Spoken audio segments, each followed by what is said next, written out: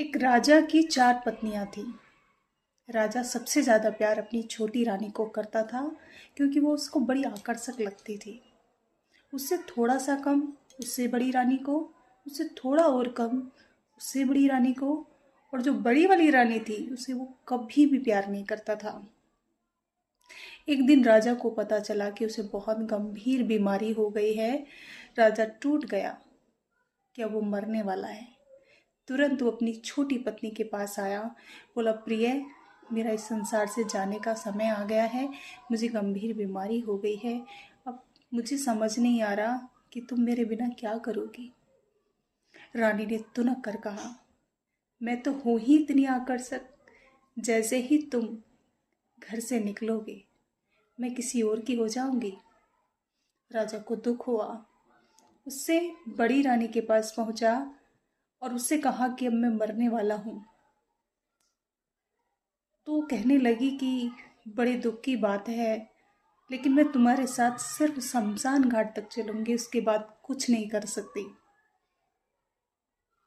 राजा उससे बड़ी रानी के पास पहुंचा और उससे कहा कि मैं मरने वाला हूँ।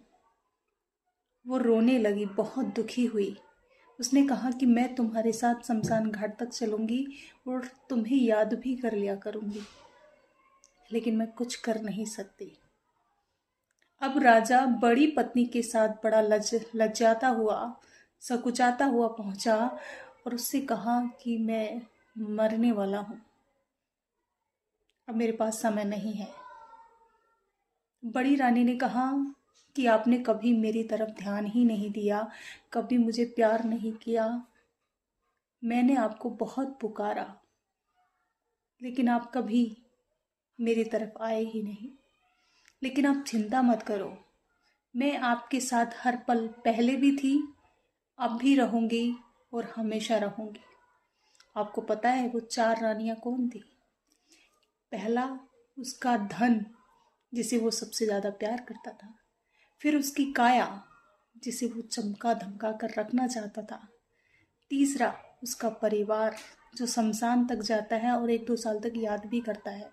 लेकिन चौथी, आत्मा, जिसकी तरफ वो ध्यान नहीं देता और वही उसके साथ हमेशा रहती है। अच्छे का, बुरे का, सबका ज्ञान कराती है, लेकिन हर इंसान आत्मा को अनदेखा करता है। अगर आपको ये वीडियो थोड़ी सी भी अच्छी लगी हो तो प्लीज़ वीडियो को लाइक, शेयर एंड सब्सक्राइब ज़रूर करें। Thanks for watching. Radhe Radhe.